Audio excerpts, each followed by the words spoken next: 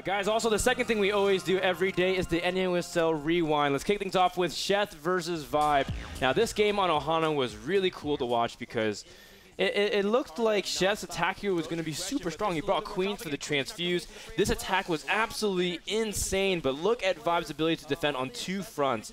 Now, Sheth, he wasn't able to get a good concave, but that's because Vibe was able to position everything correctly. Look how he chooses to engage with all of the spine crawlers attacking. All four of them were engaged, and that is a lot of DPS. That's right. Sheth geared up perfectly with his economy to just match the amount of aggression he wanted to put out. And Vibe was just receiving it normally. The spine crawler's in perfect place, as you said, Froden, to really absorb a lot of the damage and also dish out a ton of them. And when Vibe goes to attack or counter, his opponent has nothing to say about it.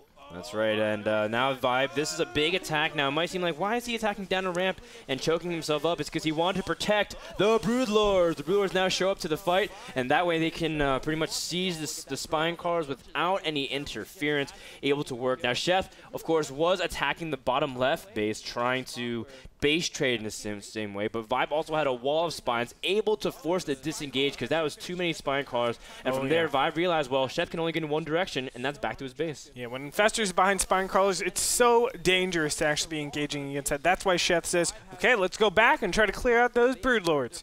But Vibe has something to say about it. He's going to stop his opponent in his tracks before anything can come out of it, and just reinforcing with additional roaches and a ton of infestors. Sheth has nothing left to do but call out GG. Yeah, so from there it was pretty lights out. Vibe went on to take the series and move up to first place in division. Our next game, Andre, how could we forget this series? It looks like, Hwangson, why are you blinking with less stalkers and being aggressive? And that just kind of was the name of the game. Hwangson, how are you able to be so aggressive? Don't you think you're just going to die from here? But no, Hwangson would make many aggressive moves, but this one was the big one. Now, this clip is 1 minute long, but you guys want to watch this. That's all right. I'm just going to shut up.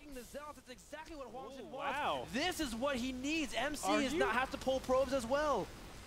It's really, really bad for MC, but it looks like MC's starting to stabilize. Maybe the second Immortal dies right there. We might see another offensive blink.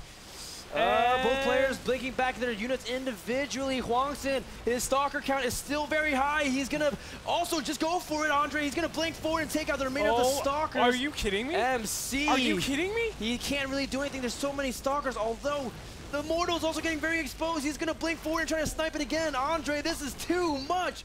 It actually did not make sense to me. You can see my reaction in that. I don't know how he did that, but congratulations to Hwangson for making a top 8 in MLG. Really impressive for him. Absolutely. His run, as well as Heart's run, went underappreciated. People don't know Heart plays top 6 just because of the main stage lack of exposure. But the last game we want to talk about is Tasia versus Thorzane. And look at this awesome move by Tasia. This is something you don't often see in TVT, especially when you feel very behind in the tank count. Able to just capitalize on his air advantage, pick it off, and then force Thorzane into a series of awkward forced decisions. Thorzane had to kind of go for this base trade scenario because Tasia was already all the way over to his opponent's base. He had a tank disadvantage, and from there, Tasia was able to push in, crush the army, and all he had to do was hold this one last move. It was a brilliant series of moves that Thorzane was forced into. It's just he had to do these things based off the best choice in the scenario. Yeah, the name of the game in this particular series was Uncomfort.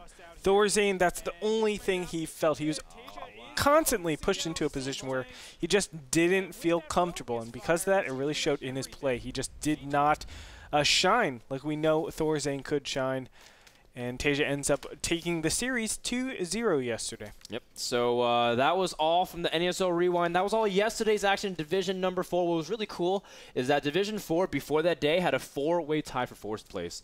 4-2, 4-2, 4-2, 4-2, and at the end, 3 people are tied for first place, so we're slowly whittling down who's going to win a division. It's between MC, Tasia, and Vibe from Team Root. That's right. It's going to be awesome to see what's going to happen on week number 9. Guys, if you want to watch those VODs, again, the MC Hwangson game was something I would recommend, Sheth versus Vibe. In fact, yeah, just all those games we did over the Rewind. Check them out. If you're a subscriber, you can access it now. If you don't, use the NASL coupon to buy your pass. If you do NASL _ Roddy, you can get it for $10. Really? that apparently? Nope. No, that's not. No, that's not what that's not real. The producer was wrong. He'll send it to you on PayPal. You actually apparently. get $3 less. Apparently, if you use that code, Kevin will send you $6. Is that what we're promising?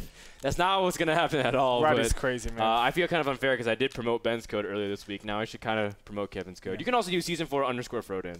But the last week of HD is, well, the last day of HD is today. If you guys like it, please support us because we're doing a lot of stuff. Not only are 1080p being tweaked time and time again, but also we're preparing a lot of little segments for you guys to kind of get more intimate with the players and with us. Yes, guys, I think it's no secret. NASL is by far, I would say, like uncontested first, and we probably place second and third in terms of extra content outside the games. We put out some of the most intensive content of StarCraft, both for having fun as well as about the game. Andre, of course, yesterday had some trick tips, which was awesome to talk about. And today, Andre will also be doing one of our top 10 segments. All right, so that pretty much wraps it up for the intro.